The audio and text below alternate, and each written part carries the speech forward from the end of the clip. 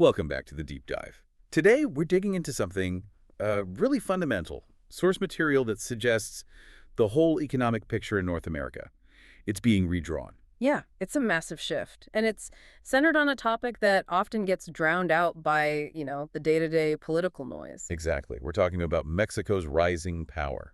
That's right. And the sources we've looked at challenge that old narrative, the one where Mexico is just sort of the junior partner relying on the U.S. Right. The story was always U.S. strength, Mexican dependency. But what this research points to is, well, almost the opposite, that Mexico now holds this significant, maybe quiet, but very real advantage in the global economy. An advantage that makes the U.S., what, more dependent on Mexico than we realize. Much more dependent, far more than is generally acknowledged in, mainstream discussion. And that dependency, it's not just about avocados or tourism, is it? It's deep in the supply chains. Deep inside, that's where Mexico's new leverage comes from. This isn't really about the border headlines, the immigration debates. Those are symptoms, you could argue. So we're going deeper. We have to. We're digging into the economics, the trade policies, the sort of geopolitical chess moves that have let Mexico steadily build itself up. Into what? An indispensable partner? More than a partner, an indispensable economic pillar. Think about what makes the U.S. economy tick day to day. Right. We're not just talking about basic goods here. Mexico is absolutely critical for high-value manufacturing, complex electronics, sophisticated car parts. Things we really rely on. And pharmaceuticals, really crucial stuff. If production stops in certain industrial zones in Mexico, key U.S. sectors could, well, grind to a halt. It's that serious. Wow. Okay, so the mission for this deep dive is pretty clear then. We need to unpack how Mexico went from being seen as just a source of cheap labor. Right, the trade partner who just assembled things. To becoming this major strategic economic force. A force that could actually reshape global trade patterns, even energy policy in the region. That's the core of it. We need to look at the foundation, that economic relationship, then examine what's happening now, this push for energy sovereignty, labor rights taking center stage in Mexico. And the China factor, right? That's got to be huge. Oh, absolutely critical. That geopolitical game involving China, it gives Mexico, frankly, unprecedented influence. Which leads to the big question for the U.S., for Washington. Which is? How prepared are we, really, if Mexico decides to flex that economic muscle, to really exercise its newfound sovereignty? It sounds like we're looking at a fundamental redrawing, a whole new balance sheet for North America.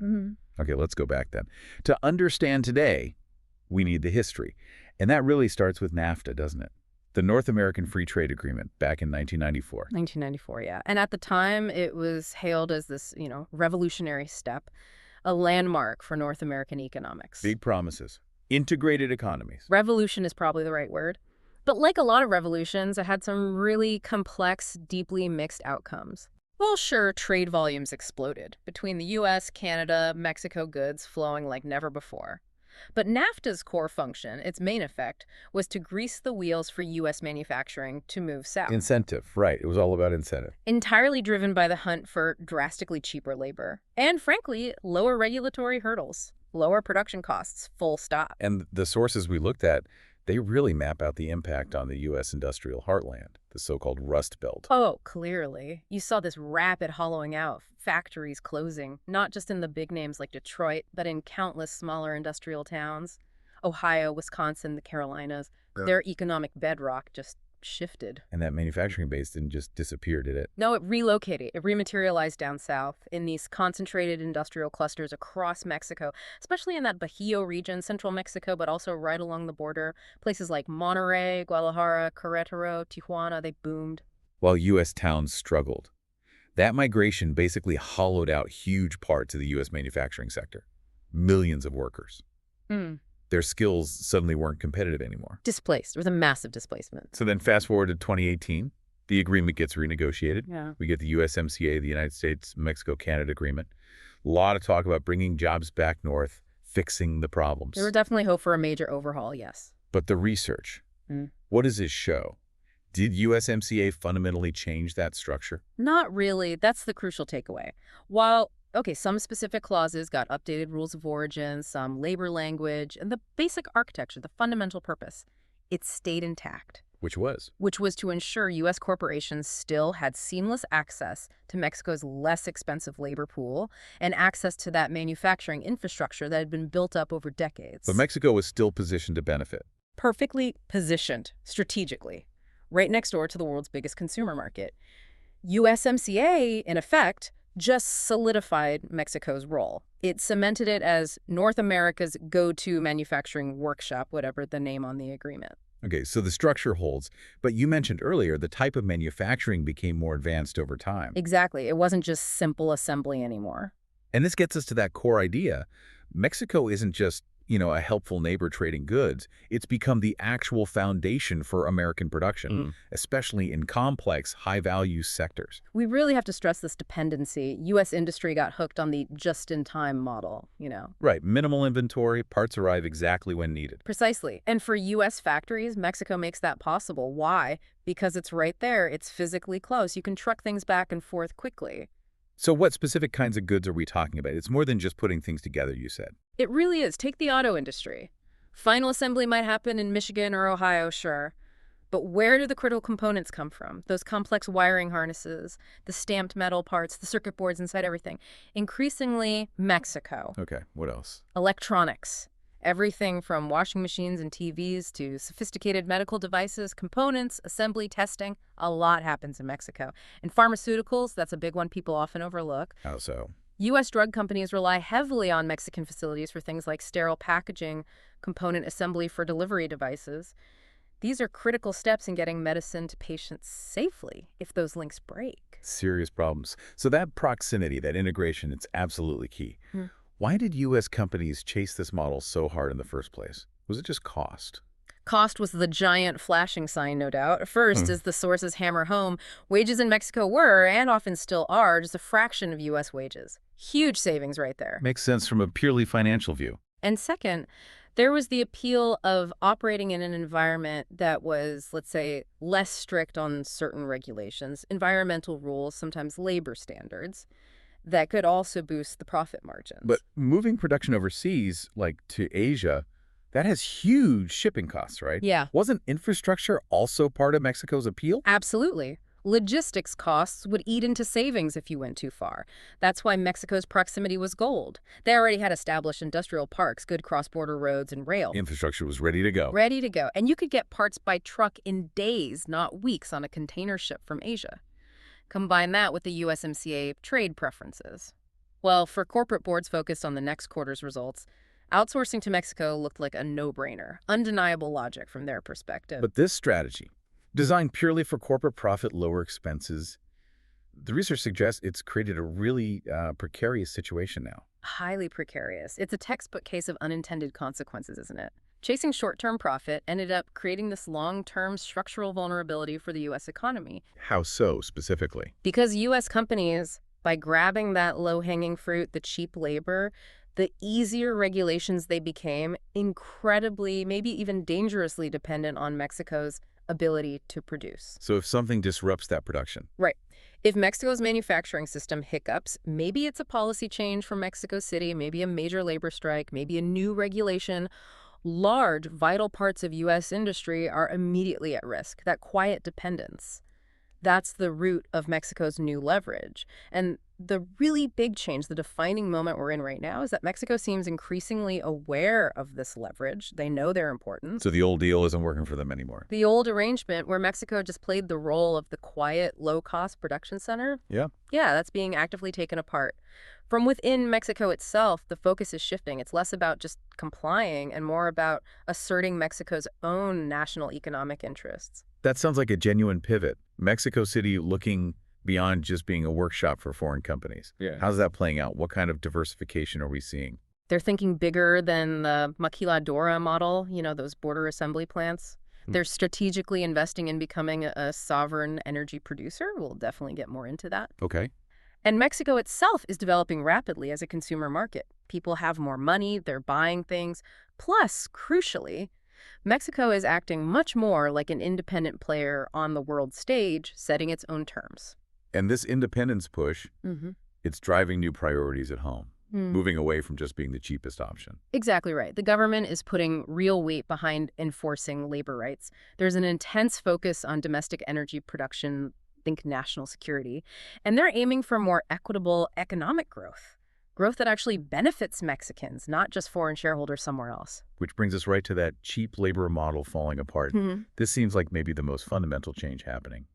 You're seeing these internal movements, labor rights, environmental protection, challenging the whole basis for why U.S. companies went there. Let's zero in on labor first, because the shift there is dramatic. For years, Mexican workers were kind of held back by old labor laws, unions that often sided with the companies. Right, the protection contracts you hear about. Exactly.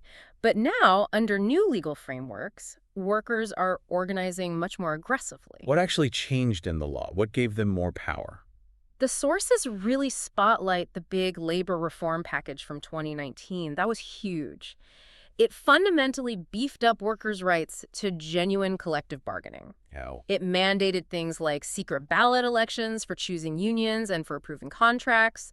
Before, you often had these deals cut between management and compliant union bosses, keeping wages artificially suppressed. So the reform means workers actually get a real say now, not just a pre-cooked deal. Precisely. Real worker power to negotiate. And the results. We're seeing workers successfully demand higher wages, much better benefits, safer conditions. Are there specific examples? Where is this happening? Yeah, there have been some notable wins, especially in key industries like auto parts, particularly along the border. In places like Matamoros, for instance, workers have used these new tools to win significant double-digit wage increases in some factories. Okay, that has massive implications. If Mexican workers keep succeeding, and it sounds like they have momentum and they get these better, fairer wages, well, the whole cost advantage that pulled U.S. manufacturing south starts to evaporate, doesn't it? It completely changes the calculation. It creates this huge dilemma for those U.S. corporations. If their operating costs in Mexico jump by, say, 15 or 20% because workers won better contracts, then the whole reason for being there is weakened. Severely compromised. That low-cost arbitrage, their primary strategic advantage, it just melts away. But it's not just labor pushing back, right?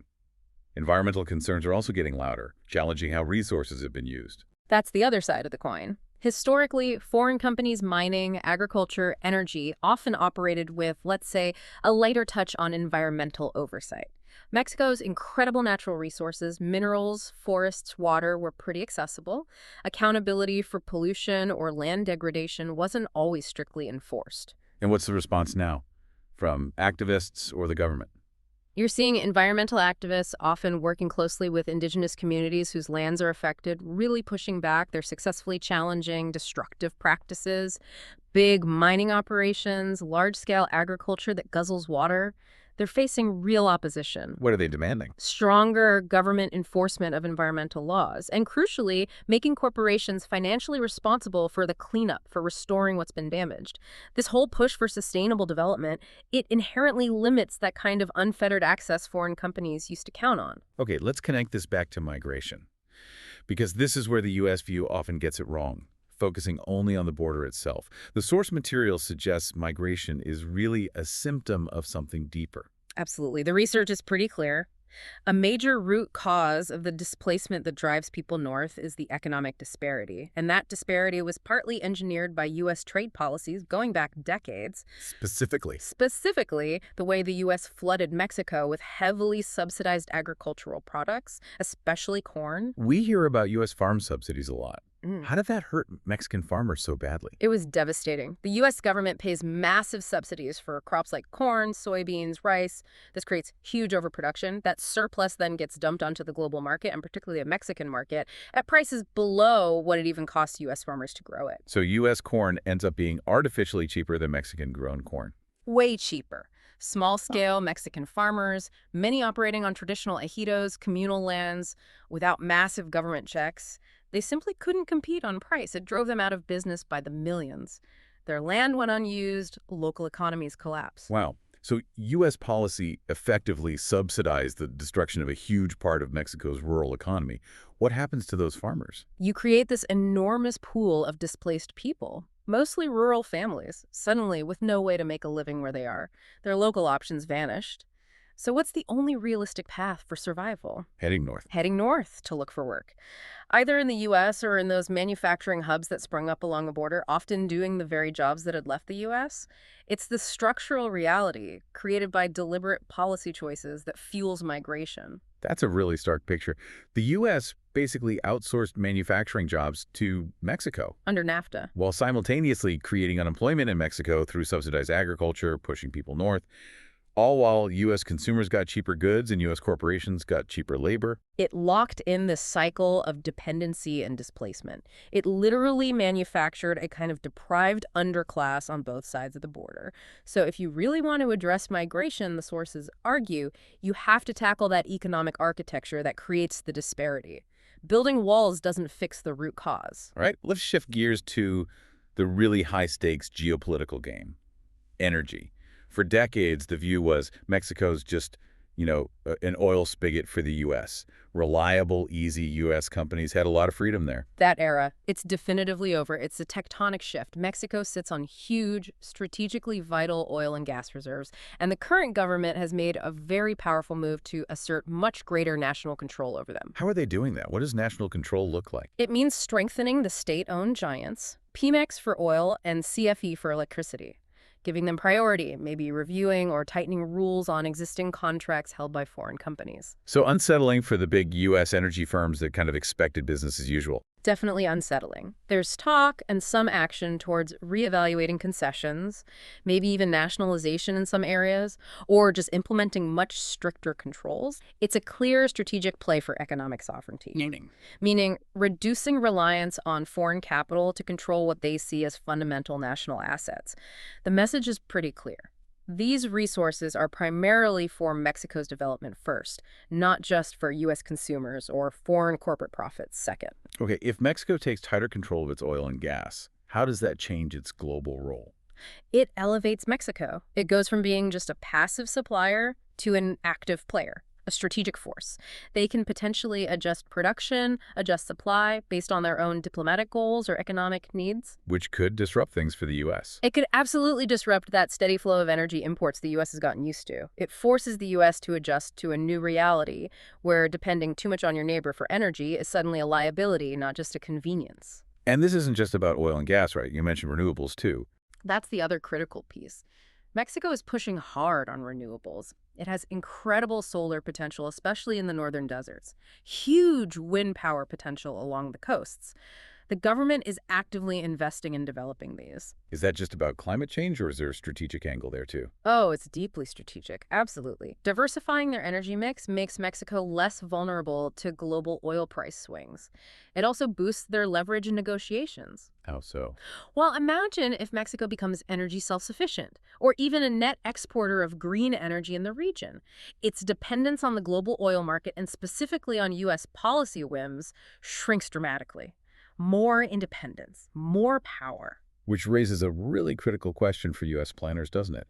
If the U.S. relies on Mexican energy, imports oil, gas, maybe electricity, but Mexico decides to prioritize its own growing domestic needs first. Like powering all those new factories. Exactly. Powering its own economic boom. What happens to the U.S. supply? Do we face shortages? That's the risk. Potential shortages, price volatility. It's the direct result of assuming that cheap, stable energy from the South would always be there. The future looks like one where the U.S. has to actually negotiate for every barrel, every kilowatt. That's a very different relationship than we've had historically. Okay, now let's dive into this really complex part.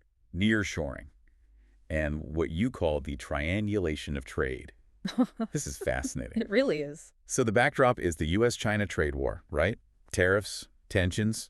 U.S. companies are looking for alternatives to making stuff in China. Trying to de-risk their supply chains, avoid those tariffs, shorten logistics lines. And Mexico looks like the perfect solution. It's right next door, has factories ready to go, and preferential trade access through USMCA. So money's flowing south. Billions. The sources confirm a huge wave of new investment from U.S. companies setting up or expanding in Mexico for nearshoring. On the surface, it looks like a straightforward win for the U.S. production moves out of China into a friendly neighbor. But there's always a but, isn't there? There's a huge but. The reality is Mexico has absolutely not turned its back on Beijing. Not at all. China's involved too. How? China sees Mexico as the ideal workaround, the perfect staging ground to bypass those U.S. tariffs. So you have massive Chinese investment also pouring into Mexico. Infrastructure, new industrial parks, state-of-the-art manufacturing plants, especially in those northern states right near the U.S. border. Chinese firms are setting up shop at an incredible speed. Okay, hold on. So U.S. companies are moving to Mexico to get away from China. But Chinese companies are also moving to Mexico. How does that work? Explain this triangulation of trade. How do Chinese goods sneak into the U.S. through Mexico? It's clever. It exploits the technical rules of origin in the USMCA agreement. The fine print. Basically, yeah. To qualify for tariff-free entry into the U.S. market, a product needs to have a certain percentage of its value created within North America, U.S., Canada, or Mexico. So what do Chinese investors do? They set up assembly plants in Mexico. They ship in Chinese-made components, which would normally face U.S. tariffs if shipped directly.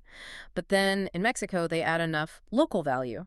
Like what? Assembly work, using Mexican labor, maybe sourcing some packaging or minor parts locally, just enough to cross that USMCA threshold for North American content. So even if the guts of the product, the core components, are still Chinese, once it's put together in a Chinese-owned factory in Mexico, it legally counts as North American for tariff purposes. Essentially, yes. It gets that Made in Mexico stamp, even if a huge chunk of the value originated in China.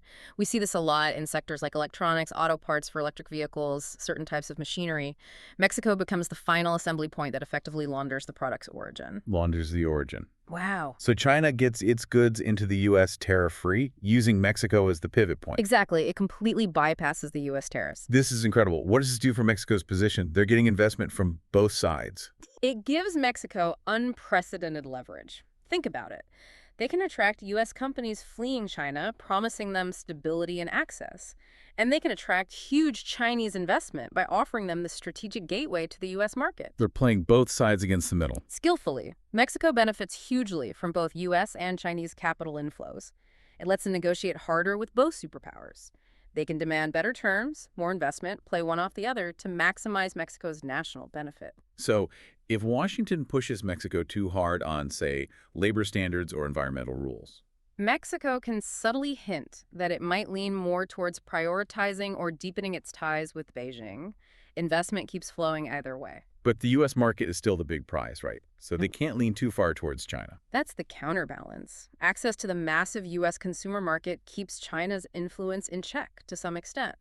But this ability to navigate between the two giants, that strategic autonomy, that's the real bedrock of Mexico's rising power. It feels like the ultimate consequence for the U.S. is, well, a loss of control. We might think we're moving production out of China, but really, Chinese economic influence is just relocating closer, right to our doorstep. That's exactly what's happening. It's moving to Juarez, to Monterrey, to Tijuana. Integrating deeply into our supply chains with Mexico's full cooperation. That feels like a fundamental shift in the power dynamics of North America. A really fundamental shift. #tag the reckoning and future implications. And when you pull all this together, the conclusion from the analysis is pretty stark. That old era, the one of unquestioned U.S. dominance in North America, it's over. It's history. So Washington needs a new playbook. Absolutely. Washington has to operate knowing that Mexico isn't just a neighbor anymore. It's an economically indispensable nation. It's increasingly diplomatically savvy, and it's fiercely independent. Which means we can't just assume stability, right? Yeah. Disruptions aren't just accidents anymore. Exactly. Future bumps in the road, things that affect U.S. supply chains, they might not just be logistical glitches or market swings. They could actually be the result of deliberate policy choices made in Mexico City. Choices designed specifically to advance Mexican interests, even if they cause pain north of the border. Okay, let's bring this back to those U.S. companies. You mentioned a trap earlier.